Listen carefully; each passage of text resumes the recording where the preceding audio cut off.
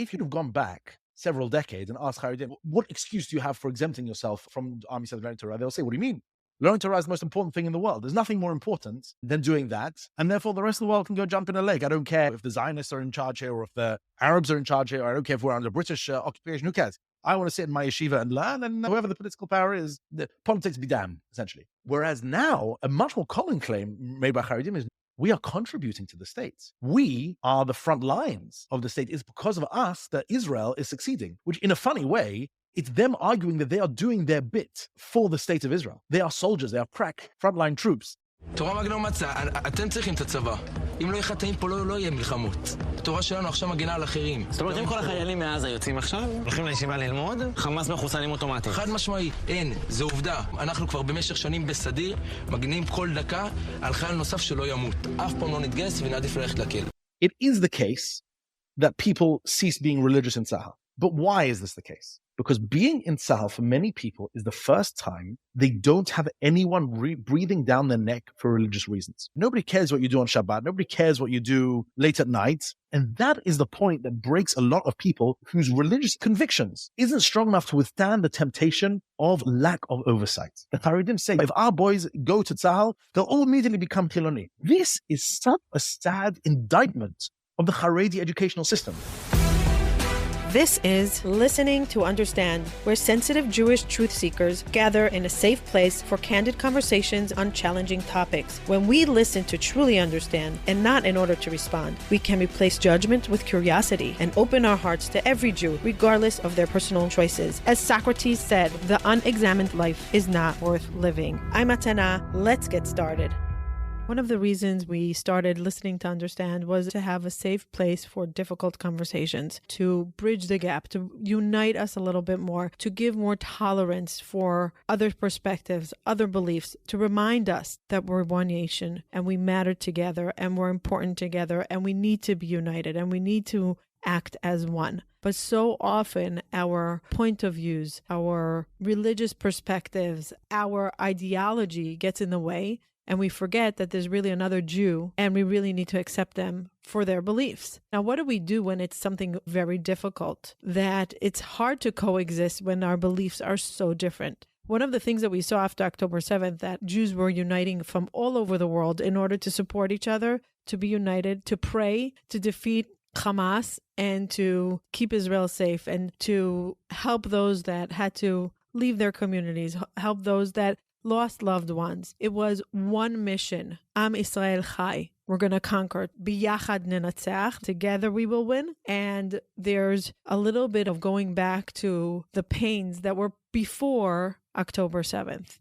A lot of people around the world were hoping that this atrocity that happened in Israel will unite us. There's still a big gap between beliefs that is causing friction. Today we're going to speak about who should be serving in the IDF. Should Charedi people be exempt? Should they be serving in the army? How was it designed originally, Bekuma Medina? Maybe the system was built on a preconceived notion from a long time ago and the system needs to evolve. JJ Kimche grew up in the Charedi community in London, and he went to the IDF, and he wants to give his perspective on why he thinks Charedi believe that they should not go to the army. Should they really be exempt? Should they not? There was this video going around. It was heart-wrenching to watch this video. If you want to watch the video, go to our link in the show notes, the Listening to Understand WhatsApp group. We will share the video there. The Israeli news, Arutz 12, interviewing yeshiva boys. I don't think that they represent the Charedi community, but it's a voice that went around, and it was a painful voice to hear, especially for people that serve in the IDF. I want to hear both perspectives. There is a tremendous amount of pain on both sides, being misunderstood or not validated or feeling unjust, unfair, and it's creating a friction. And these frictions is what tears us apart, and we need to understand the why. The truth is,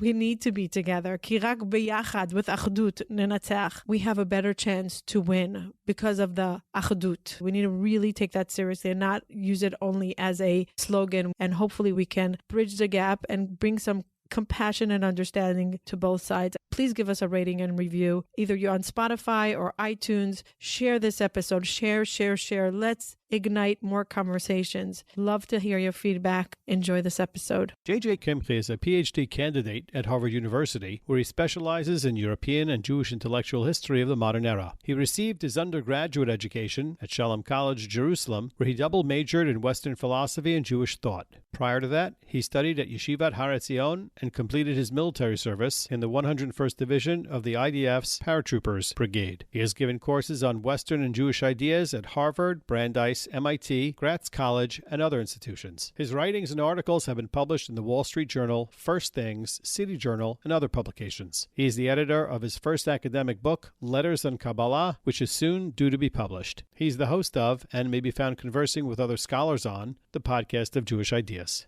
And now your host, Matana. Thank you for joining me here, JJ. Firstly, Matana, can I say it's a pleasure to be here and congratulate you on this podcast. It's rare to find people, and even more rare to find Jews, who are willing to listen, literally to understand, instead of simply to interject and posit their own opinion. So I'm glad to be and glad to talk about this. I'm afraid I share your skepticism for the time being in terms of people saying there is such unity in Israel. The truth is there is at the moment unity in Israel to a large degree, even though we're starting to see that crack where we are recording this in the middle of March. And we've already started to see some return of some of the anti-government protesters. We already started to see some of the more hardline attitudes crop up once again in the Charedi community against serving in Tzahal and other such things. And therefore, there is a sense of unity, as there always is when there is an external threat. But as the war is dragging on longer and longer, so there is a sort of resettling and a renormalization among, as it seems to me, traditional party lines to a certain degree. Again, we will have to see where this is going.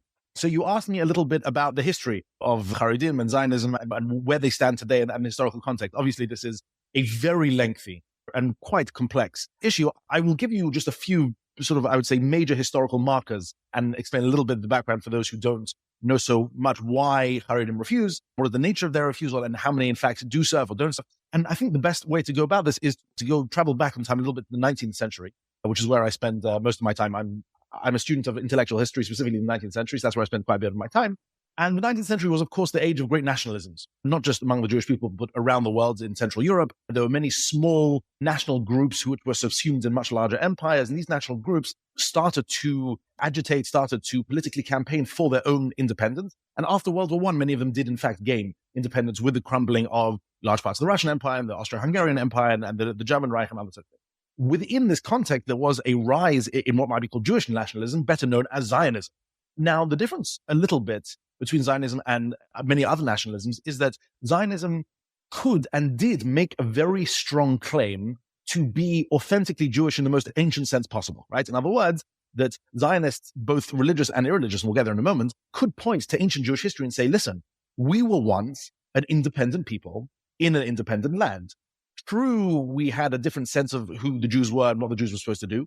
True that the Jews back then, let's say, at least paid much more lip service to the covenant, to the biblical covenant, and possibly saw themselves as keeping it, whereas today, in 19th century European Jewry, many of them did not. Many of them had by then abandoned or largely abandoned the religion of their ancestors. But nonetheless, Zionism had this rocket fuel, as it were, of what they saw as authenticity, what they saw as ancient Jewish a polity really that existed for 1,000 years, in which you had kings and you had armies and you had generals and you had international relations and you had an economy and you had the full cultural thriving of a people, including, of course, the composition of the Hebrew Bible, of the Tanakh. So what we have here is the Zionist movement sought to reconstitute that Jewish national entity in the land of Israel. However, there were two issues with this. Number one is that, of course, most of the Zionist movement were, in fact, not only non-religious, they were anti-religious, right? A lot of the Zionist leaders, including, of course, most famously Theodor Herzl himself, they were proposing and they were politically organizing and campaigning for a return of Jews to the land of Israel. Not all of them were so clear on what they wanted, whether they wanted a state or a protectorate under the British Empire or something else. But basically, they wanted a situation in which the Jews would return en masse to the land. But the problem is they wanted to do it within the context of these secular nationalisms. They weren't looking to reconstitute the Jewish people under the banner of the Jewish religion. In fact, for them, that was an anathema. They didn't want that at all. And so therefore, the Zionist movement, the Zionist movement became deeply intertwined with forms of socialism, even communism, certainly religious ideologies or even atheism. And therefore, it was seen correctly in many ways as a competing ideological force against traditional Judaism. In other words, many Orthodox rabbis looked at the Zionist movement and said, this movement is it is laying claim to the loyalty of our young people, laying claim to the loyalty of the Jewish people to reconstitute the homeland and the culture and the economy and basically a thriving life of a full nation. But the truth is that we actually have a different set of loyalties, namely loyalty to the Torah, loyalty to mitzvot, etc., etc. In other words, in the Orthodox perspective, the key and primary loyalty of the Jews always had to be to their religion, right? And not to some kind of envisioned nation resurrected from an ancient past in a new guise in the 20th century. That for them stood in stark contrast to what they thought. And of course, I was being a bit more cynical, and if you want a more political look at it, you'll say that it constituted a direct competition to rabbinic power. In other words, both the Maskilim in the early 19th century and the Zionists in the late 19th century constituted another source of authority, another sort of ideological power base, which attracted young Jews in their hundreds of thousands, and therefore was seen by the rabbinate, again, as this kind of mortal threat to the religious way of life. So under these, I would say, very regrettable circumstances, there arose in the mind of many Orthodox rabbinic authorities a fundamental opposition between the Zionist movement, between the aims and aspirations of a Zionist state to found a secular Jewish state in the land of Israel, and Orthodox religion and traditional Jewish religion. So that is, I think, the main basis, is that due to historical circumstances. Now, let me posit here at the beginning that it didn't have to be this way. In other words, you could have had a scenario in which large parts of the religious Jewish world, of the Orthodox world, at the time would have embraced Zionism, would have seen this as something desirable, as the reconstitution of the Jewish people and the Jewish land, and try to, as they do today, try to form part of the committees that ran the Zionist movement and try to influence it from within and try to sort of mold the Jewish state in their own image. This could have happened, but largely it didn't. And there were some exceptions, of course, famously Rav Kook and other religious Zionists, early religious Zionist rabbis, but for the most part, European Orthodoxy rejected Zionism. And therefore, you have, I think, at root, already for close to 200 years now, a fundamental opposition, ideologically, that grew up unnecessarily, in my opinion, between the Orthodox Judaism and Zionism. That's the first tachana, the first point that must be borne in mind for why there is this general Charedi suspicion of the state. Of you course, mean this the original split in ideology? Yes, very important original split. Yes, exactly. Now, it is also important to bear in mind, during the early years of the 20th century and the state of Israel, early years of the state of Israel, just how secular the state was. Now, we are quite used to nowadays going to Israel, firstly, seeing lots and lots of religious people everywhere, right? We see hundreds of thousands of Charedim and Dati Lumim and other people, Faradim, and we're used to seeing religious people everywhere. We're also quite used to, in Israel, the presence of a very large group, what you call Masoratim, generally, which are people who are not outwardly looking religious. Traditionalists. And what that means is they don't keep halacha as is generally understood by most other Jews. But what they do is they observe a form of Shabbat and they observe a form of Kashrut and the Chagim, etc., etc.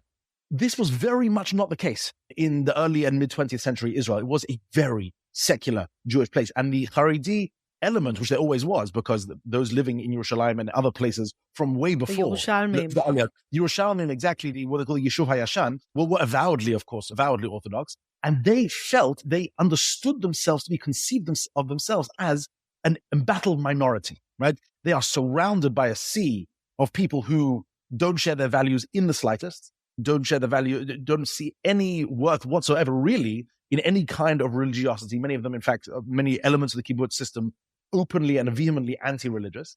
And therefore, they saw themselves as an embattled minority whose job it is, with any embattled minority, to preserve their way of life. The number one priority in living in the state of Israel, both pre and post-state, was to preserve their way of life, which led to the initial arrangement, which has been much mythologized and romanticized in the early years of the state, between the Israeli government headed by Ben-Gurion and the Charedi leader, sector of the population headed by the Chazon Ish, by Yishai Karelitz, who was the senior Orthodox rabbi at the time. And essentially, because the Charedim was so One small, second, let me ask you. I have a few questions. Was he living in Israel at the time?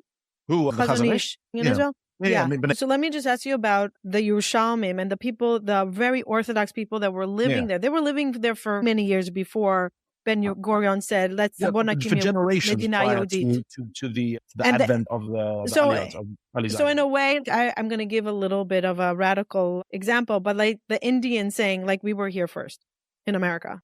In a way, yes. Look, the problem is that this is the case with all Jews everywhere, because the invention or the rise of mass Jewish secularism is a very modern phenomenon, right? It really only happened during the middle decades of the 19th century. Something I studied quite a lot, which is that really until the early to mid 19th century, to be Jewish meant to be in some form or other Shomer Torah or Mitzvah, the Shomer Halacha. Right. And only starting in the Germanic lands in Europe, but quickly sweeping throughout much of Europe and certainly capturing the Russian Empire, which is where most Jews in the world lived in the late 19th century. And then all those immigrants who went to America and continued this in the late 19th century. So yes, so the whole idea that you have an embattled Orthodox minority fighting against a much larger majority, this is true across the Jewish world everywhere, right? You could say that a religious Jew living in Warsaw at the time, or living living in Paris or Berlin, yes, in the middle of the 19th century, could turn around and say, hang on a second, a generation ago, people like me with the universal norm, almost universal norm, let's say, apart from a very tiny cultural elite,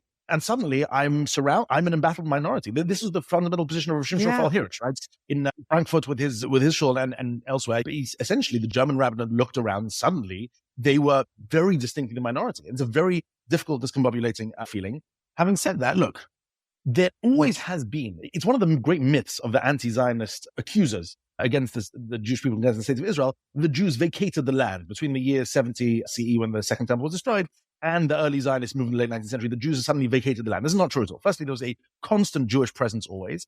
And secondly, there were throughout history various waves of Aliyah, often responding to disasters. After the Girush Sfarad, there were waves of Aliyah. Right, and right. in the time coming to Hagra, and at various times in Jewish history, there were waves of Aliyah. But yes, so back to the point of history. I just wanted to understand. Okay, fine. Second major stage that I want to point out is again the stage where there was this agreement between the small, beleaguered, embattled, dwindling Charedi minority in the land of Israel immediately after the creation of the state. And the state of Israel basically said that we can grant exemptions to, I think it was the time, roughly 400 yeshiva students, and that they wouldn't have to serve because they could claim that learning in yeshiva was their livelihood, was what they were doing, and therefore they could gain exemptions in that way. Now, there's another interesting facet to this, which is, I think, a little bit understudied and underrepresented, which is that in the 1940s, 50s, or 60s or so, it was the general consensus in the West that religion, that I would say Orthodox religion, very stringent religion, everywhere was dying, right? And you could find, I think there's a famous front cover of Time magazine in the 1960s saying, "Is God dead?" And essentially, the confident prediction of the anthropologists at the time was that within half a century, there would be almost no Orthodox religion really of any kind, whether Christian or Jewish or anywhere in the West.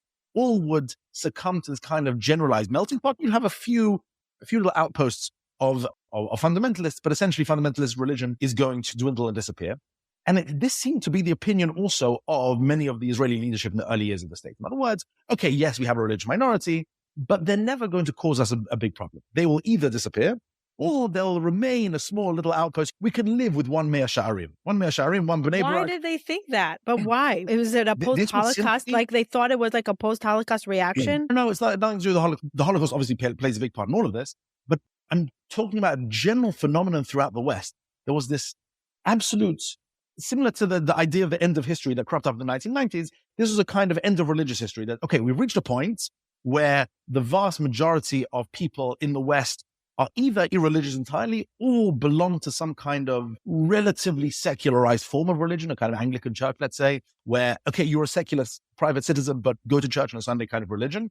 And they confidently expected that this was the way that the trends were going. And within a few decades, that would be almost everyone. And therefore, there was little need to worry, at least in Western countries and Western societies, from a resurgence of religious fundamentalism. Of course, they were badly wrong, not just in Israel, but everywhere else, right? Religion has, in many ways, Europe, in some states of Europe is a little bit of an exception, but religion, certainly in the United States, and certainly in Israel and other places, has experienced an extraordinary renaissance. And therefore, this has caused all sorts of issues. And one of them is within the states of Israel, suddenly, an exemption that was meant for a few hundred students at best is now applied to thousands and thousands of students every year, tens of thousands.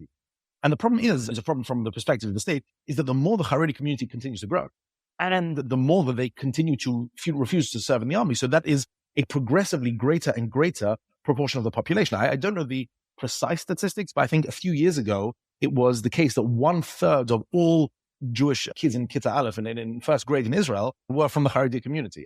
I don't know what the precise statistics are, but basically... Because they have more children than... They have many more children. And it's almost every year or every other year.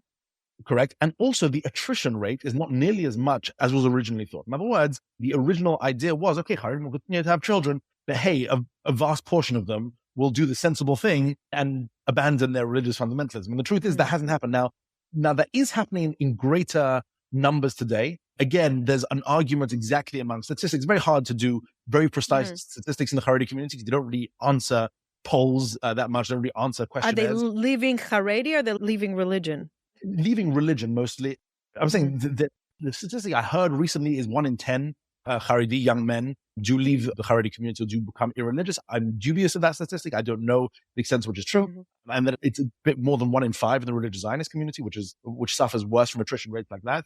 So basically, the point is that the second tachana is important to note is that the Charedim managed to receive an exemption from the government in the early years of the state, which nobody in the government imagined would one day create a serious split in the nation, and at a certain point in the not too distant future, also a problem for national security. Because at the end of the day, Israel does need a large standing army. It needs a very large force of men in arms in order to secure the various borders and in order to patrol Yudah and Shomron and the various other things. The second point. Can I ask you a point on that? Yeah, please do. Because I'm going to forget. I'm just curious. So Ben Gurion met with the Chazon Ish and they said, okay, fine, 400, 600, whatever. And I don't know if it was only Toratam Umanutam. I think it was the Chazon Ish saying, okay, it's a Medina Yehudit. We need both fronts. We need the Chazit and we need the spiritual. We want Medina Yehudit. You get what you want. We get what we want. This meeting has been greatly, as I said, romanticized, and many different versions of how the conversation went. So the theory, it doesn't matter the theory. Yeah. It's much more important how it was told than what actually happened. With many events, especially in the way you really know so well what's happened, we definitely know how it was told. And that's what is influential in later history. But yes. But could it be that the Chazon Ish really had a very good point of saying, the Medina Yehudit, we need to keep the Torah here. So I'll give you the Tava, you give me the Torah, and we'll take care of the spirituality and make sure that it stays in this Medina Yehudit, and keep our borders safe. My question to you is, let's say it was like that. Let's say it was romanticized like that, as you say. I love the word, bro. You made it. I don't know what Ben Gurion thought.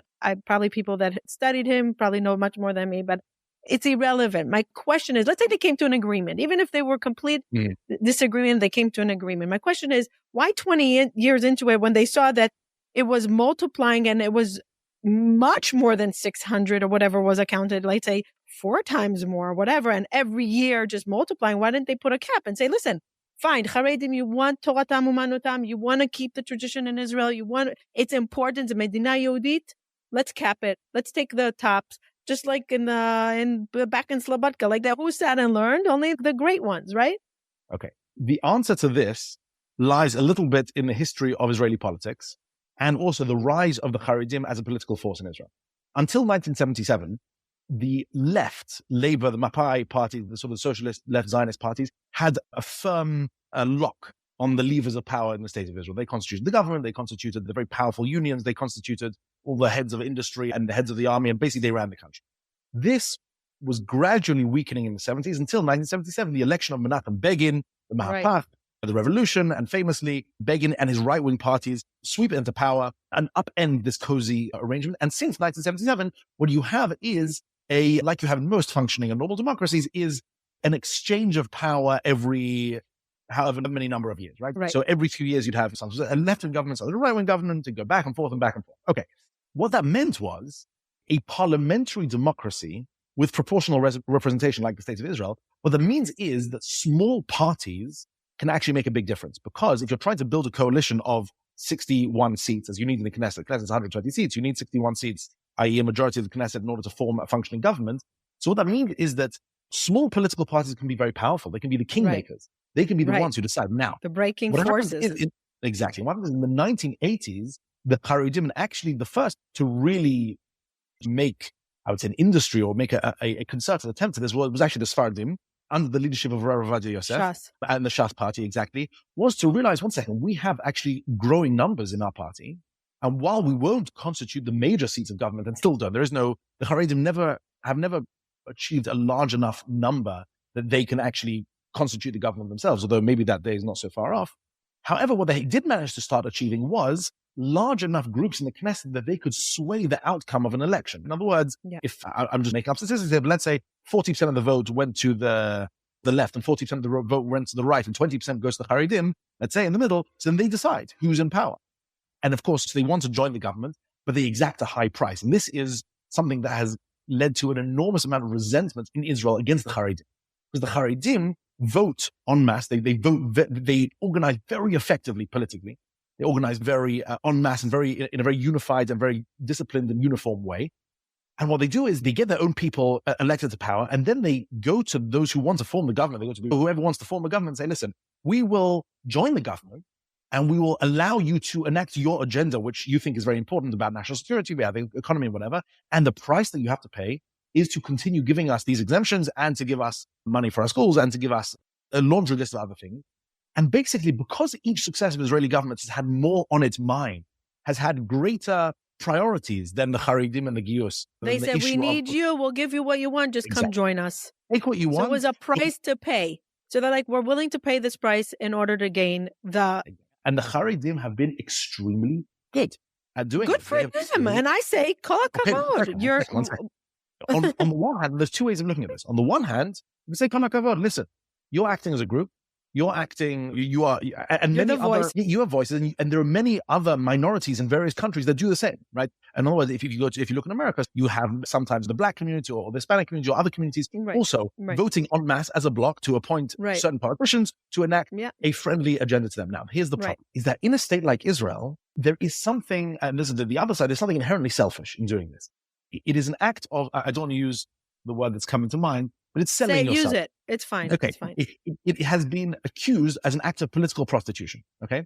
Because what you're saying is that, listen, I will give myself away. I will vote. I don't have a conscience when it comes to, I don't know, a healthcare agenda, combating Iran or national security or the economy or foreign policy, whatever. I want 5 or 6 things that benefit me, that is good for me and my friends and my family.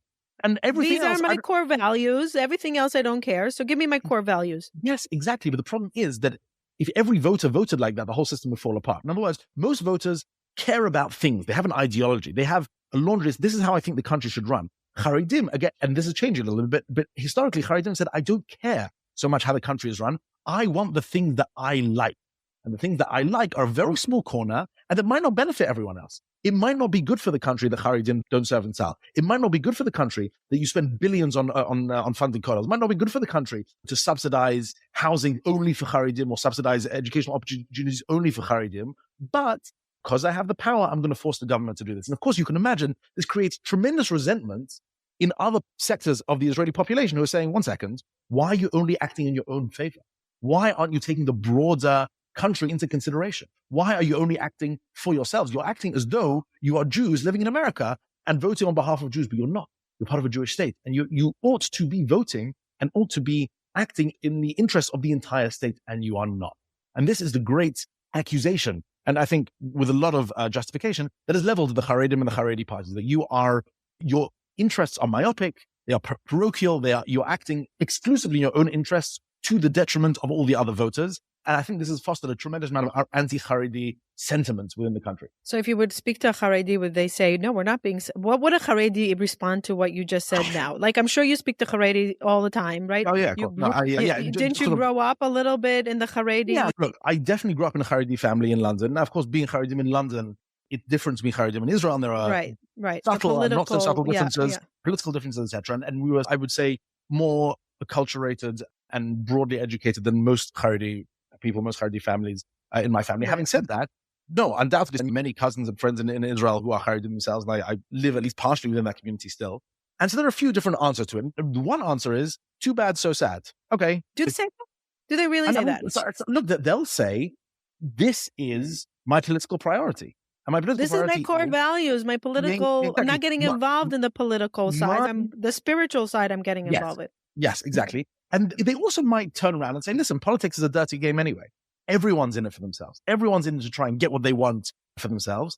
I'm just more honest and open about it. And also, it depends how one defines one community of concern, let's say. In other words, within Israel, many voters, at least certainly from a secular perspective, define their community of concern as the entire country, let's say, or the entire state. Whereas, let's say, Arab voters might not. Arab voters might say, no, actually, my community of concern is much more than the state itself, is the Migzar Ha'aravi, sort of the Arab sector. But Charedim might say the same, etc. And of course, they really mean it. They really believe that their primary community to whom they have an obligation to preserve, to perpetuate. And this goes back to a little bit what I'm saying before, is the Charedim still feel, in some ways, like they felt at the beginning of the state and like they felt in the 19th century, as an embattled minority, as an embattled and people surrounded by pernicious forces that are trying to break down their way of life and trying to force them out into the open world. And therefore, they're saying, we are going to be politically active in order to try and forestall this. Now, there's another accusation that, of course, is leveled at the Charedi community because of this, which goes as follows,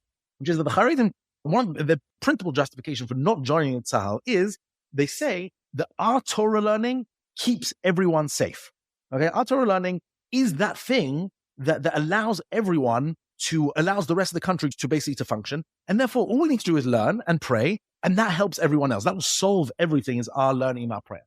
The problem is that politically, that's not how Charedim function at all. As I said, they are very politically active. They organize very effectively. They vote en masse. They bring buses of women and young men, and everyone has to go and vote. Everyone has to go and vote on election day in Israel if you're Charedi, because they need every single, they need every single vote. And therefore, there seems to be, again, this is the accusation level of the Charedim, there seems to be something fundamentally disingenuous in saying, on the one hand, no, all I need to do is pray and learn and everything will be okay. So you're saying if it's really pray and learn, don't even go vote, you're saying. You can't have it both ways. You can't say, oh, all I need to do is pray and learn and the country will be safe. No missiles will fall on Tel Aviv if that happens, on the one hand. On the other hand, spend an enormous amount of time and effort agitating and organizing for your own political benefit. Because then that alone indicates that you don't really believe exclusively in prayer and exclusively in Torah learning. You believe in prayer, Torah learning, and political action, and turning up on election day, and sitting in the Knesset, and making sure that your community is funded, and making sure that you... Hishtadlut. You're saying you... And this is also, again, it breeds tremendous anti-Charedi resentment in the land of Israel to see this apparent double standard. That when it comes to securing their own hatava, their own benefits within the government, Charedim are very active. When it comes to securing the safety of the entire country, Charedim adopt a fundamentally passive mode and say, oh, all we need is learning and praying. There is this double standard. How many Charedis are there by the books? Like, how do we count a Charedi? Like over 18? Well, once again, I looked a while ago at the statistics. I'm not entirely sure. I think something like a 10% of the Israeli population, maybe slightly more. So I think it's slightly under 1 million Charedim in total, if I recall correctly. Again, that's not even a lot.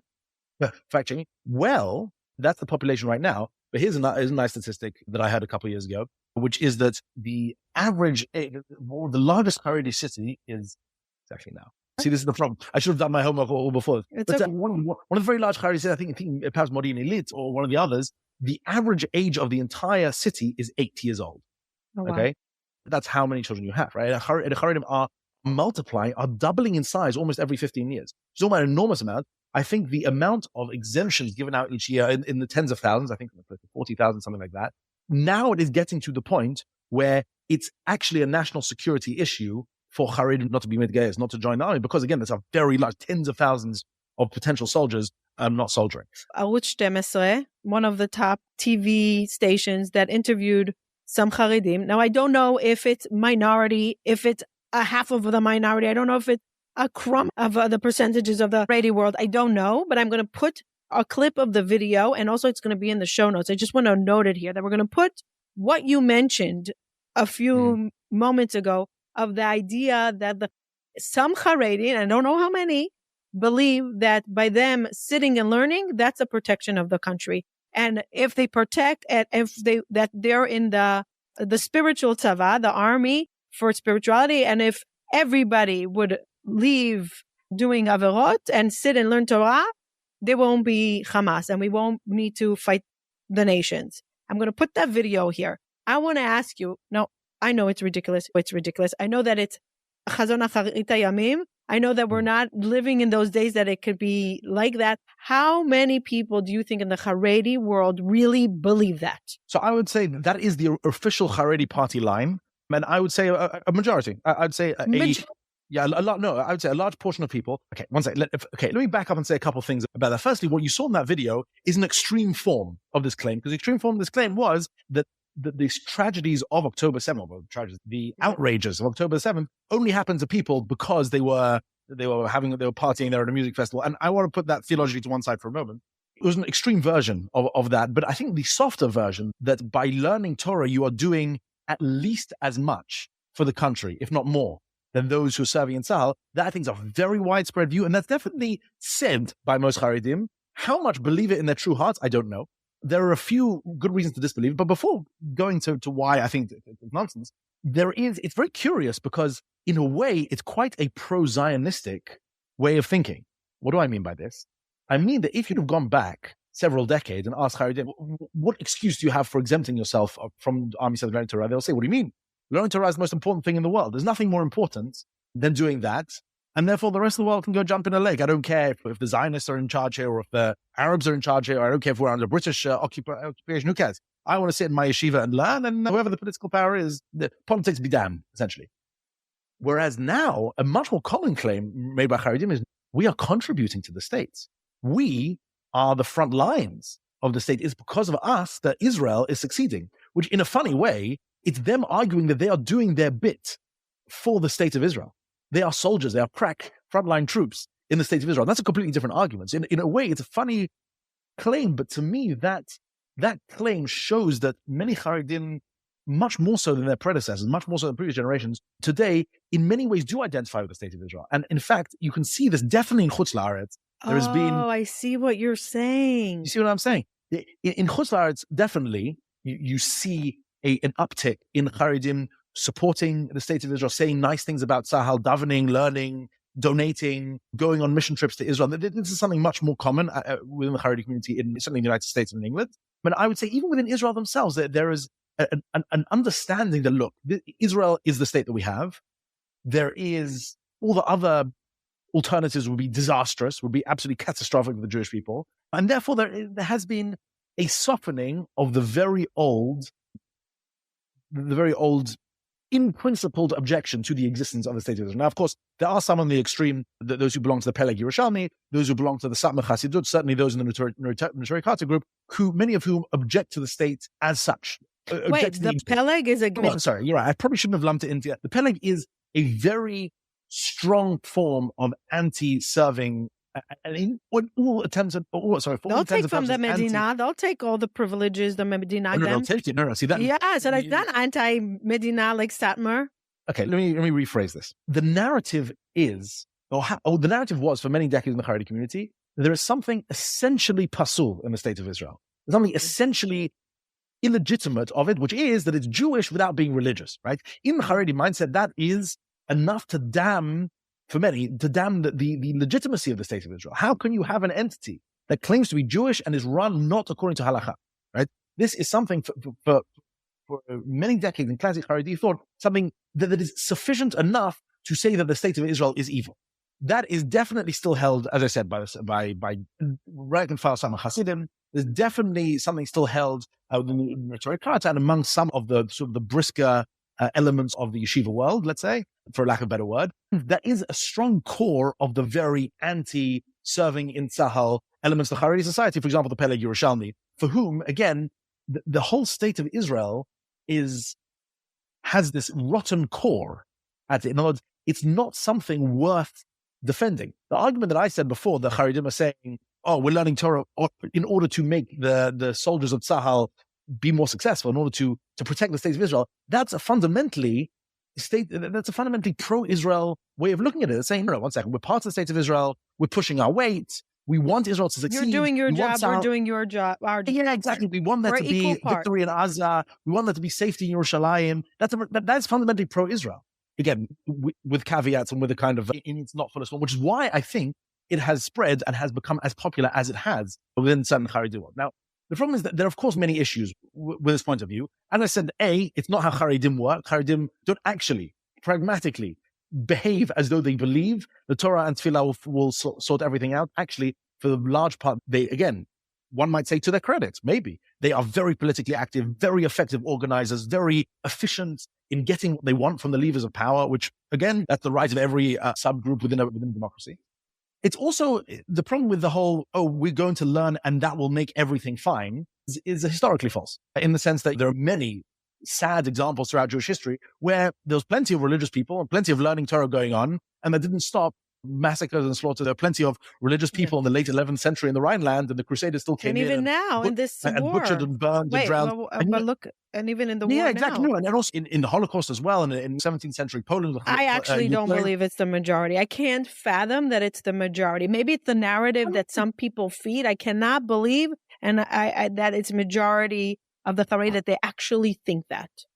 No, I have to say I firmly disagree with you on this, because this is the only thing, if you think about it, this is the ultimate thing that can quiet your conscience. Let's say you're a good Charedi, you're a Charedi person, you're a good person, you want State of Israel to succeed, you want even, let's say you even like your Chiloni neighbors or your Dati Leumi or Masorati neighbors, you're basically a good person who wants your country to succeed, you want your people to succeed, you want the Jewish people to be safe and happy and good and everything. But you observe that your own migzar, your own sector of the population, do not go to Tzahal and will resist to the point of physical violence in general. Again, there are some Charedim but who do it's go. the why. JJ, I'm arguing the why. One second.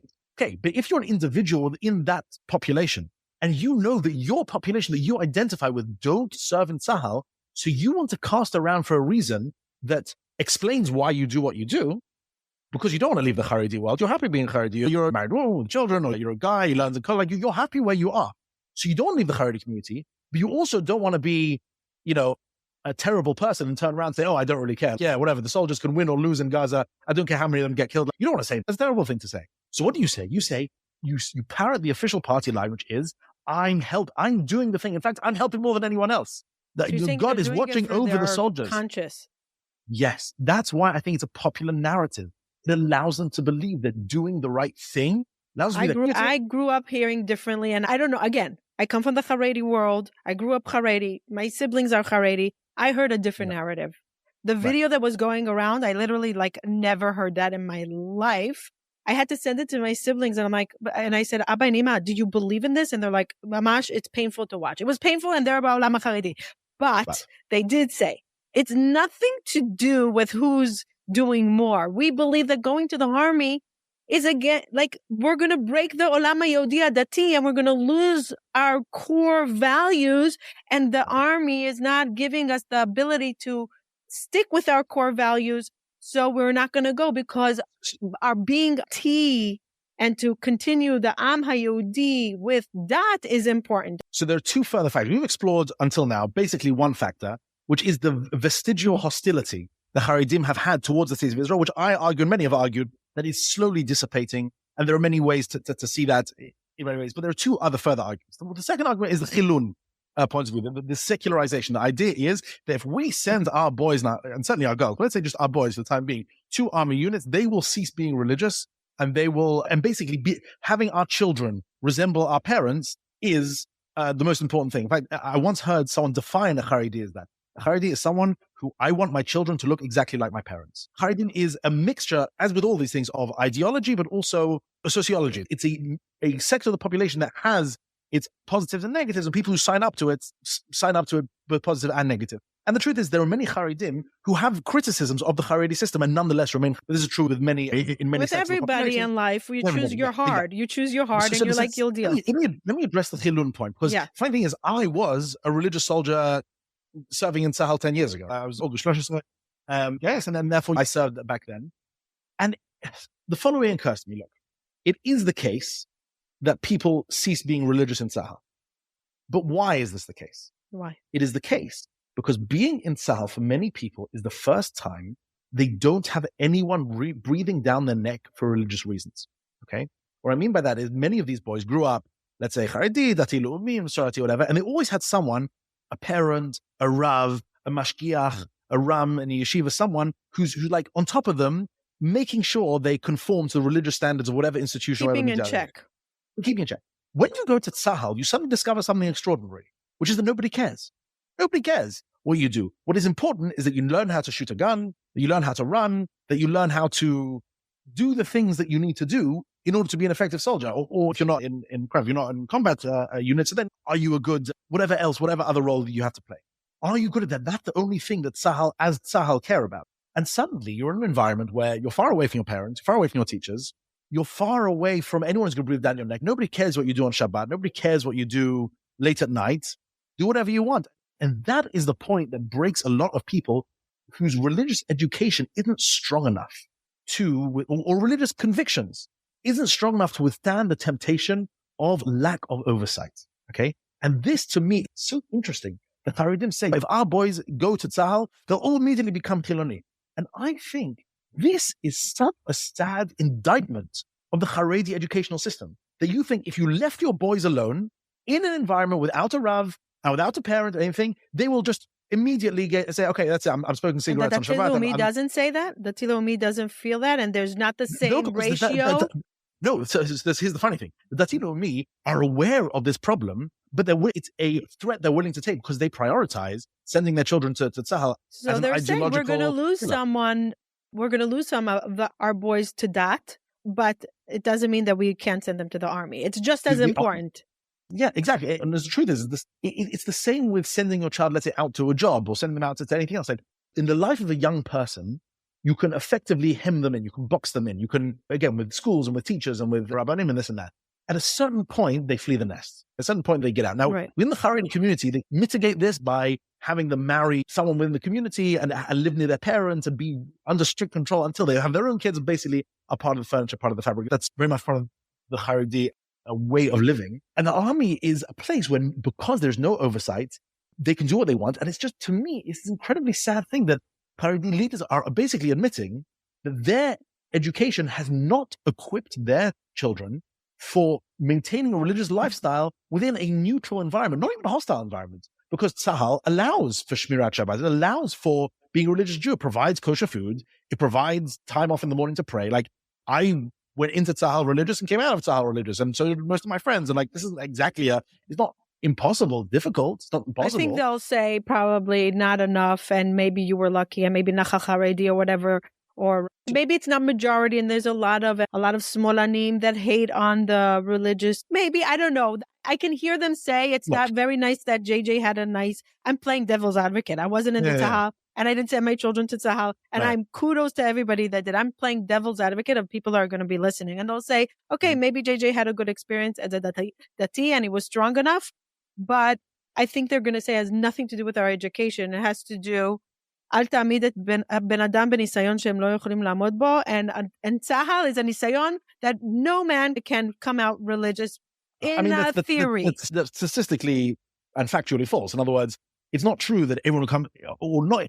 There are some people who become irreligious in Tzahal. There are some people who become more religious in Tzahal. I've seen that myself as well. People are exposed to religious people and start being interested in that and start keep Shabbat. That also happened. But no, a vast portion of people who go into Tzahal as religious, I don't have exact numbers, I don't know if anyone has exact numbers, but a large portion do come out also religious. And again, it's due to inner conviction and inner drive and inner will. Are you a strong religious person yourself? If you are, then you'll be able to withstand going to Tzahal, and you'll be able to withstand going to university, and you'll be able to withstand going out and getting a job and working as a mechanic or working as a lawyer. You'll be able to do these things because you are strong. Education has equipped you to not fall at the very first hurdle. And to me, whenever I hear a Charedi person say, listen, we send them, they're going to throw away the kippah in the first 5 minutes, I think that's very unfortunate. It's a tragedy. It's a tragedy that your religious educational system has presupposed that they will remain incarcerated in your community their entire life. They'll never be able to move 1 centimeter to the right or 1 centimeter to the left. Otherwise, they'll fall the first hurdle. And I think that actually a good religious education will equip someone to be religious no matter where they go, no matter what they do. You want to go and be a parachute instructor, you want to be a motorbike mechanic, do whatever you want. But there's a way to do it in a way that you remain religious. And if you failed to equip your children to do that, then you have failed to equip your children with a real education. And that's, to my mind, a terrific indictment of that community. So you're trying to, what I'm understanding, you're saying, like, maybe the answer is let's educate our kids and prepare them more to be able to go out to the world. And maybe some should stay 600, 1,000, 2,000, 5,000, whatever. But the ones that are really not Toratam Umanutam, I think we're talking about them. There's so many that Toratam Lo Umanutam. Let's equip them correctly. And some of them want to go And they're afraid of losing their connection to their family, to their communities, to be ostracized.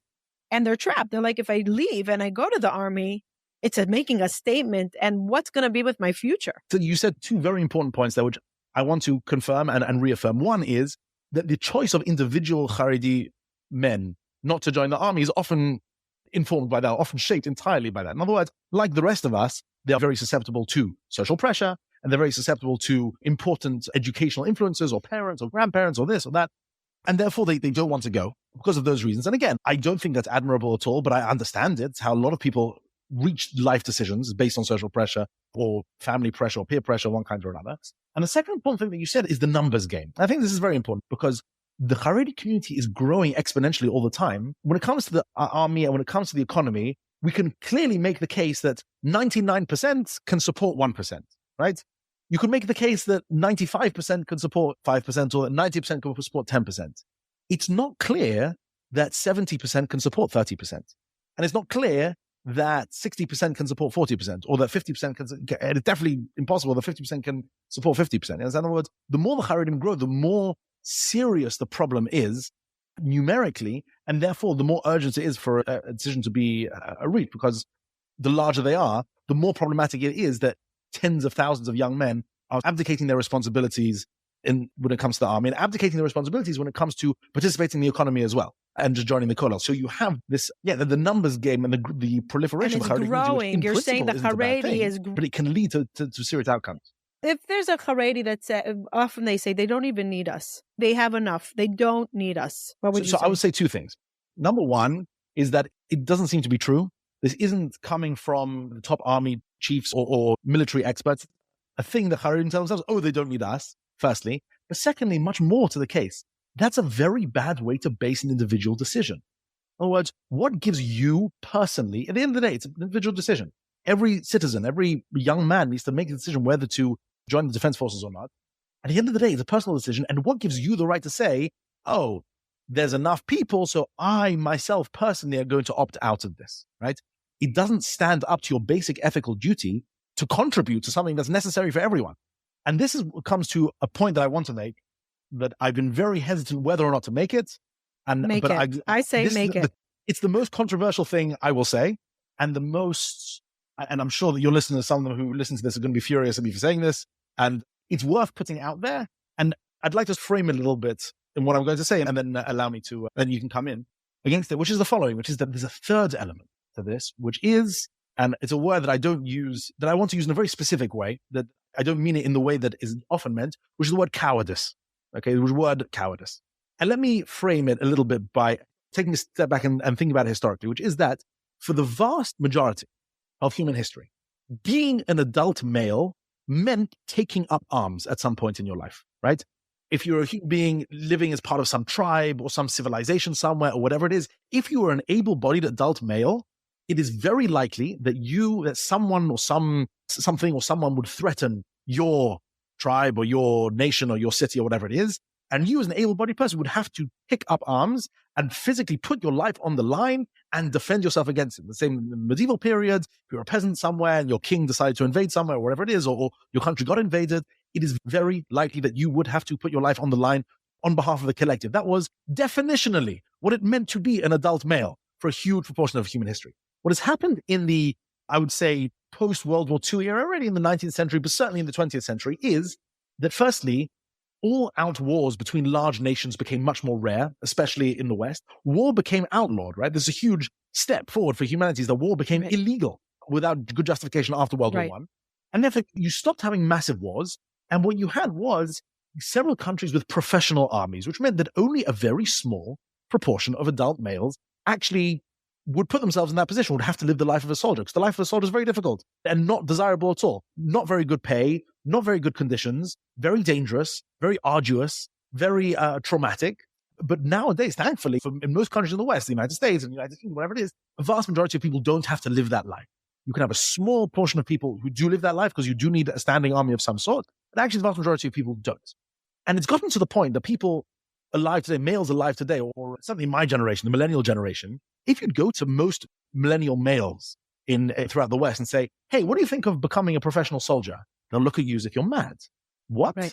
become a soldier is the worst. It sounds appalling. What do you think? I want to live a life, again, I say, terrible pay, terrible conditions, quite dangerous. Sometimes I might even have to sacrifice my life in some stupid, because some general made a mistake somewhere. That sounds like a terrible idea. I don't want to do that. That's not a thing I want to do. Now, of course, if you're living in the United Kingdom, the United States, you have the luxury to do that. If you're living in the state of Israel, you generally don't have the luxury of doing that. The standard is among the Jews that everyone participates, everyone at least potentially puts their life on the line. Of course, many people in Tzahal don't work Kravi units. They're all trained, by the way, even those who don't work, serve in combat units, they're trained in handling weaponry, and in worst comes to worst, they will stand somewhere when necessary. They do serve in Miluim, etc. But, so it's interesting. So if you're living in Israel, you are palpably aware of the difference between you and pretty much everyone else in the Western world, which is that, and parts of the East as well, which is that you don't have to, which is unlike your colleagues in Berlin or London or Washington, you will have to actually take up arms and you will have to put your life on the line. And it seems to me, and this is where I get back to the cowardice thing, it seems to me that at least a significant portion of Charedi reluctance to serve in Tzahal is this. They don't want to live the life of a soldier. It's not a pleasant life. If given the choice between sitting out your early 20s safe in a yeshiva, where you have your needs taken care of and you can live the normal, peaceful life of a regular citizen, versus going to stand on a border somewhere and putting your life in genuine, non-negligible danger and putting a massive target on your back by putting on uniform and picking up a gun and putting yourself as a legitimate target for terrorists, a lot of people just say, I don't want to do that. And again, can I blame someone who says that? Not necessarily. I understand that reaction. I understand the reluctance to live the life of a soldier. I understand the reluctance to put yourself physically in danger and put yourself physically on the line. Having said that, in a country where this is necessary, in a country which is surrounded by endless enemies with endless funding, who would love nothing more than to enact on October the 7th across the whole country, it is the duty of every able-bodied male to sign up and to put themselves at the service of the Medina. And if that service means picking up a gun and standing on a border and endangering your life, then that's what you do. And to not do it is, to my mind, certainly in many ways a form of cowardice, and intellectually, I would say morally in many ways indefensible. And let me say a final thing on this, which is, it amused me a lot that, so when I signed up to Tzahal 10 years ago, this was quite unusual. Firstly, in London, it was pretty unusual for people, not unheard of. There were some who did, but most of my friends' family certainly didn't. And because also, again, from a Charedi family, quite unusual that I did that. And everyone would ask me, hey, well, why do you do that? Why do you enlist? Why? Yeah. And I always laughed at that question. I always had to say, I always thought that was the most absurd question for the following reason. Because whenever I would describe to other people what I was doing with my life, what I would do, I'd get nods of sympathy. Yeah, yeah, you finished high school? Okay, yeah, very good. Well done, well done. Yeah, you went to yeshiva? Excellent, good. Did you go into university? Yeah, good. Then rounds of applause, very nice, very nice. Getting married, very good. And I joined Tzahal, which to my mind is the most obvious and the most basic duty of anyone who cares about the Jewish community in Israel, and anyone who cares about the continued safety and security of the people of Israel. But I did my part. I fulfilled my basic ethical and national duty of standing on a border somewhere and playing a small part in the protection of the Jewish people. And everyone's, why do you do that? I think, what a stupid question.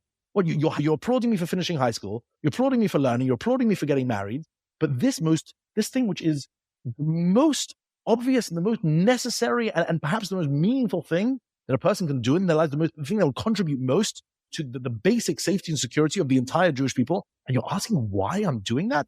The question is never why I fulfilled my duty. The question is only ever why other people can sleep at night having chosen not to fulfill theirs.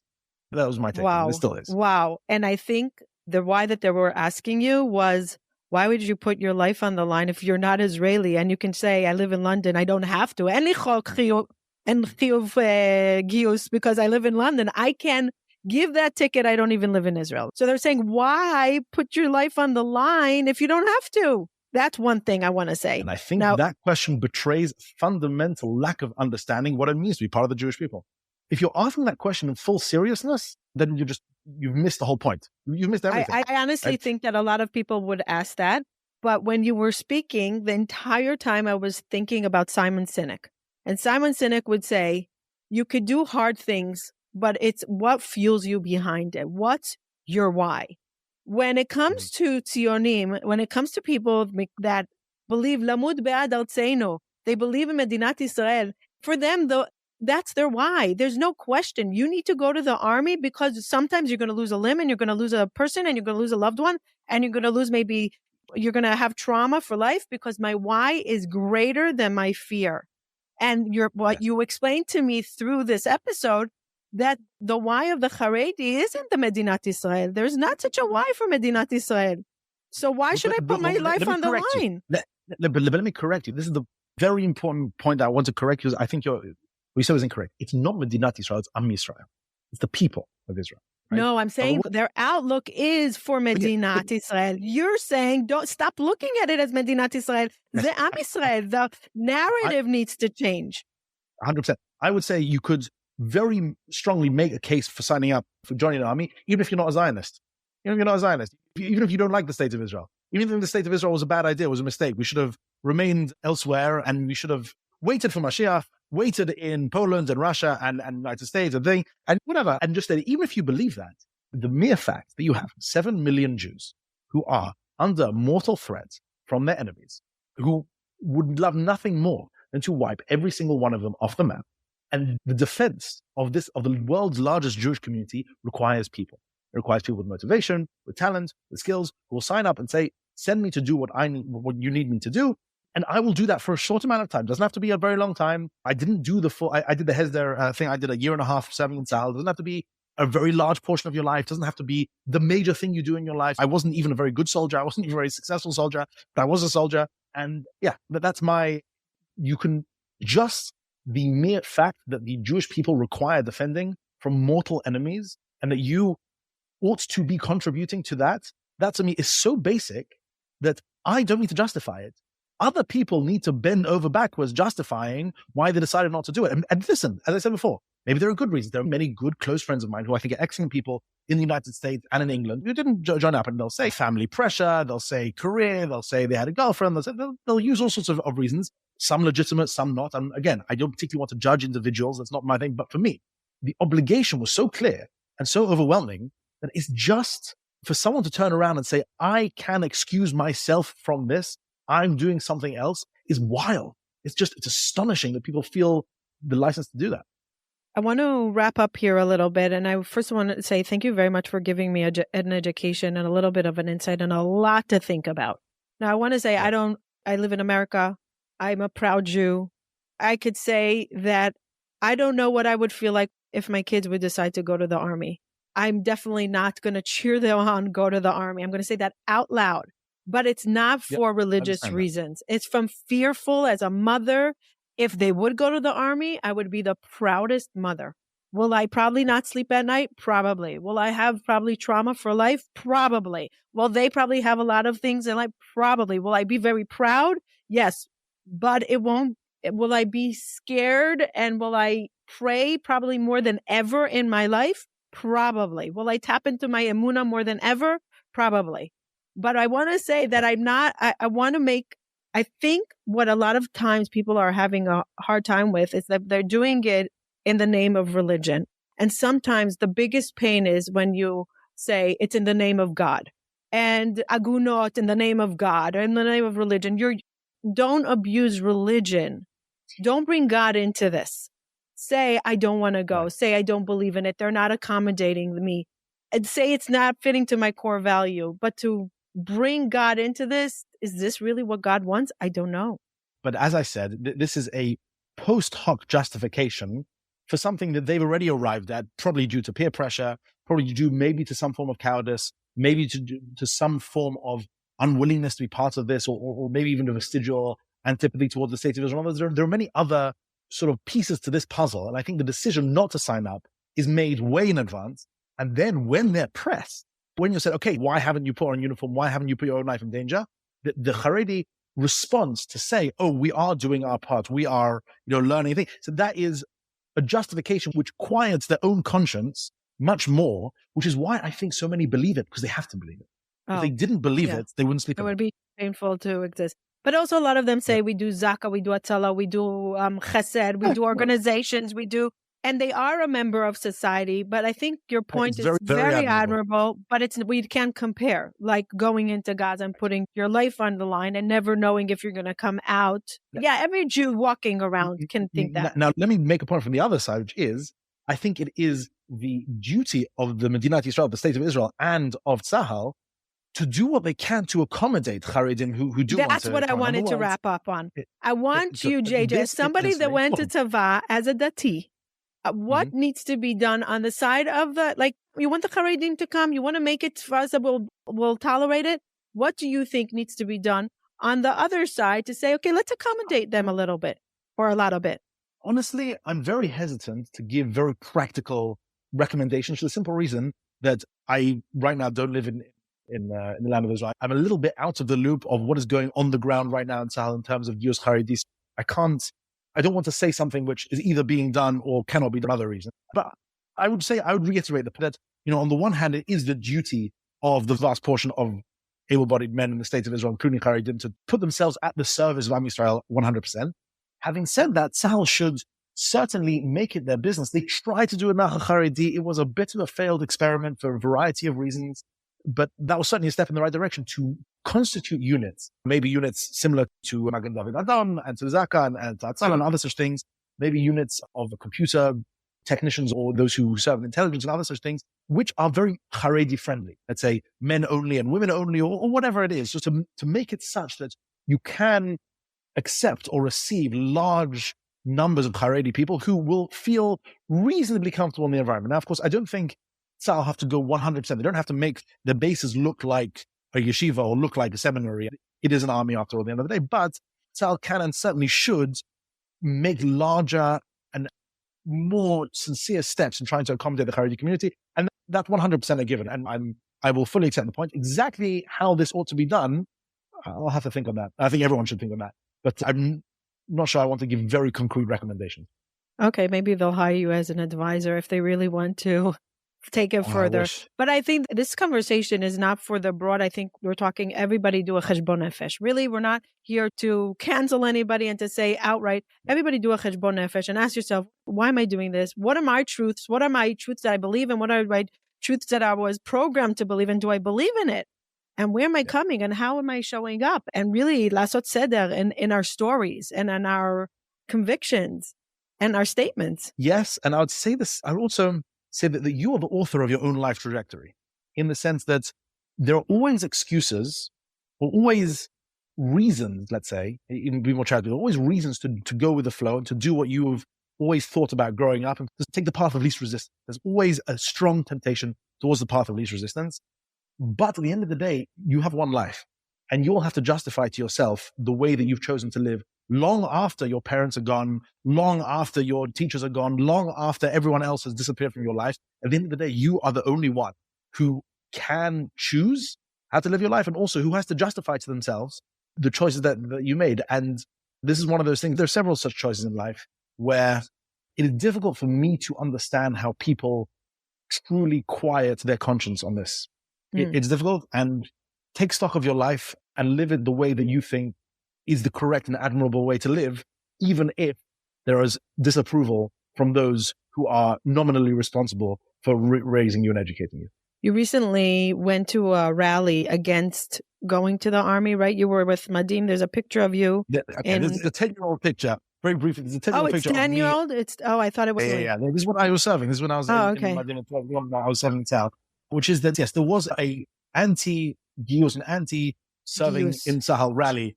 In fact, a massive one in Jerusalem, hundreds of thousands of people. And I happened to be there. I happened to be in the area, and I decided to go, well really for various, primarily because I wanted there to be, on both sides, I wanted there to be someone from Tzahal in the rally in Charedim, and I wanted the people of Charedim to see someone who's proudly served in Tzahal. And I wanted both sides to see that it is possible for someone to stand there and to continue to stand there. And both camps think what they want about that individual. But at the end of the day, those two camps aren't necessarily mutually exclusive. And it is very important for someone who represents both to stand up and say, look at me, it is possible to do and you should do it. And what happened there? So for most part, I'd say something funny. I got a lot of different reactions from people. Firstly, in my life in general, I was inundated with messages both from people who thought I was supporting the Charedi side and people who thought I was supporting the Tzahal side. I also got reactions at the time. I was really at the center of the rally. I was 100 yards from the stage. And obviously, I was the only one dressed in green. Everyone else was in black and white. I'm very noticeable, very visible. Right. So some people thought I was there to antagonize and therefore came up to me in a threatening manner, would yell at me, a couple people spat at me or tried to steal my kippah or whatever it is. Oh my. Quite a few people came up to me and shook my hand and said, hi, Wow, that's beautiful. etc. And that was part of it as well. It was also funny because there was a group of about 5 or 6 Sephardi yeshiva bachrim, big guys, who decided to adopt me halfway through the rally and stood around me as a kind of guard of honor and made sure that nobody... and I was chatting with them, but it was very sweet. And they decided to do that. And that was very nice. However, and so most of the rally passed by without particular... Again, it was mostly an hour-long mincha and saying some tehillim and 1 or 2 speeches. There wasn't much there in the rally to get too excited about. It's true that after the rally ended, and I was walking back through Jerusalem, through Gratz College towards Har Nof, I was surrounded by a group of Charedi youths who were threatening me and pushing me, and I had to be extracted by a couple of policemen and security guards. Really? Yes, yeah. It was a very nasty situation. So you could say that I, just by standing there in my uniform, I received, all possible sides of the Charedi ethos, both positive and negative, those who really appreciated what I did and understood that even though they weren't serving themselves, they loved those who did and would offer to help me and those kinds. And there were those who saw me essentially as a traitor, as a backslider, as somebody who's doing something, compromising the values of the community. And therefore, if those policemen and security guards hadn't showed up, I don't know what would have been the end of that altercation after the rally. Wow. But I don't dwell on it too much. Wow, thank you. Thank you for that. And thank you for your duty. And thank you for your passion. And thank you for educating us. And really, you never know where one voice can lead to what heart or one decision or changing of the minds or maybe bringing the next Chazon Ish to a table that can maybe hopefully have a conversation. I always leave my guests with a question. If there was someone in the history from Adam and Eve till today that you can meet, who would that be and what would you ask them? This is an excellent question. Okay, I'm going to give an answer that you probably haven't heard from other audience members and you'll probably... Okay, a huge portion of what we know about ancient Jewish history comes from one man called Josephus. He was a historian in the time of the Romans who was a Jew, grew up in Jerusalem, part of the elite, and he actually fought against the Romans in the Hameret HaGadol, the Great Revolt around 70 CE, about the destruction of the Second Beit Mikdash. And then he famously went over to the Roman side and wrote various histories and wrote a huge account of Judaism, a history and a sort of anthropology, and basically described the Jews as he had it. Now, here's the problem. Historians, and he is by far the best source that we have of the whole of ancient Judaism, the whole period, because Chazal didn't do much history. Chazal didn't write much history. We weren't interested so much in describing the world around them, etc. And Josephus really put pen to paper and wrote thousands of pages worth of history. Now, here's the problem. We don't know how much to rely on him, okay? Because he himself was writing in a very apologetic vein. He was trying to justify his own actions. He was trying to justify the revolt, but also to justify the Romans who were by then his patrons, who were paying his stipend, etc. And one of the major problems facing Jewish historians now is that we have an enormous mass of historical information by Josephus, but we don't know which parts of it represent, let's say, a true depiction of ancient or Second Temple Judaism and Herod and all the Pharisees and the Sadducees, etc. But we don't know the extent to which Josephus was telling the truth and to what extent he was, let's say, massaging the truth or making things up out of whole cloth just to make himself or the Jews or the Romans or someone look good for whatever reason, for whatever purposes. So I would sit him down for dinner, take out a notebook and say, Mr. Josephus, okay, now time has come to cop up, okay? We want to know what the world of the Beit Sheni, of the ancient Jewish world, what it looked like. I want you to sit down and tell me, and exactly from what sources it's. Because I want to know what it looked like, what the past was, and then what was the world in which Hillel and Shammai, Rabbi Akiva, and Bar Kokhba, and those who participated in the revolt, and King Herod, and Haman, and all these people lived. I want to know what that world truly looked like, and I want to know whether we can rely on him or not, basically. And so this is one of the great mysteries of Jewish history. And so I would corner him and make him confess how much he actually knew and how much he made up, and so we can know what was going on. I love that answer, because I think it's part of your authenticity. I want to know truth, and I want to know how we evolved to where we are now, and what part of it is authentic, and what part of it is like massaging, as you say, the truth in order to make it feel like seem good. Wow. Great answer. Great answer. Right. Thank you for your time. We'll put all the links, podcast, for your podcast that you have. We're going to put link in the show notes, and any other links that you have, we're going to put there. And I can ask you so many questions, but I'm going to let you go. And maybe we'll have you on again, because I do think that we need to address also the topic of how do we bridge the gap? Like now we're all about fighting Hamas. How do we bridge the gap between two of these big parties that are really Am Yisrael? Because if they fall apart, what are we fighting for? I agree. I couldn't agree more. Thank you. Thank you. Thank you very much. Until next time. It's a pleasure. Thank you for listening to Understand. We hope you enjoyed today's episode.